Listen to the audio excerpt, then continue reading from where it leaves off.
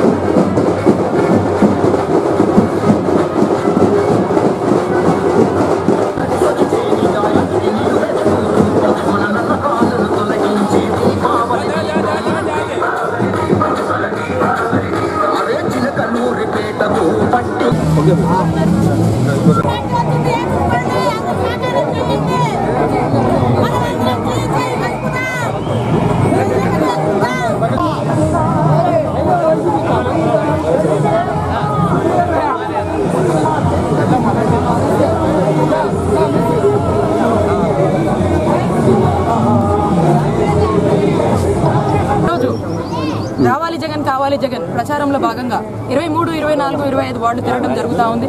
మరి ఇక్కడ వార్డులు తిరుగుతుండగా వార్డు సమస్యల గురించి తెలుసుకోవడం జరిగింది. దాదాపుగా ఇక్కడ పూర్తి స్థాయిలో చూసుకుంటే పట్టణంలో అతి కీలకమైన వార్డులుగా ఉండి కూడా మౌలిక సదుపాయాలు కూడా లేకపోవడం చాలా ఆశ్చర్యకరంగా ఉంది.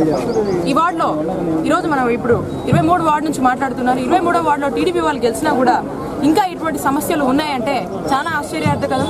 వీళ్ళ అభివృద్ధికి ఈ వార్డే చిహ్నంగా చూపించచ్చు. ఎందుకంటే రోడ్లు పూర్తి స్థాయిలో ఏమాత్రం కూడా బాగాలేవు. ప్రచారానికి తిరగాలన్నా కూడా పూర్తి స్థాయిలో ఎంత ఇబ్బంది పడుతున్నాం అనేది ఈరోజు తిరుగుతున్న మా అందరికీ పూర్తి స్థాయిలో అర్థమవుతా ఉంది. పట్టణం పరిస్థితి ఇలా ఉంటే గ్రామాల పరిస్థితి ఏముందని చెప్పి అడుగుతా ఉన్నాను. మరి ఈ గవర్నమెంట్ అసలు మేము చేయాల్సిందే లేదు, అభివృద్ధి అంతా కూడా పట్టణంలో చేసేసామని చెప్పారు. ఏ పట్టణంలో ఎక్కడ చేశారో మేము చూపించామని అడుగుతా ఉన్నాము. అలాగే కౌన్సిలర్ గారు కూడా తిరుగుతూ ఇక్కడ టీడీపీ వాళ్ళు గెలిచి పింఛన్లు కూడా లేవంటే ఎంత బాధేస్తుంది. వాళ్ళ దుస్థితిని చూసి కూడా ఇంకా పింఛన్లు రాయలేదంటే చాలా బాధాకరంగా ఉంది. అలాగే వికలాంగులను కూడా పట్టించుకునే వాళ్ళు లేకుండా పోయారు. చాలా వరకు చూసుకున్నా కూడా మనకి ఎటువంటి లోన్లు కూడా వైఎస్ఆర్సీపీ అని చెప్పి వాళ్ళందరూ కూడా ఇవ్వలేదు. అలాగే టీడీపీ వాళ్ళు కూడా ఈ వార్డులలో వివక్షత చెందుతా ఉన్నారు. వాళ్ళకు కూడా లేవని చెప్పి చెప్పడం చాలా నవ్వొస్తుంది మాకైతే. కాబట్టి ఇటువంటి పరిస్థితులన్నీ కూడా అధిగమించాలంటే జగన్ గారు ముఖ్యమంత్రి అవ్వాలని చెప్పి ప్రతి ఒక్కరు కూడా చెప్తా ఉన్నారు. దానికే మేము అందరం కూడా కృషి చేస్తా ఉన్నాం.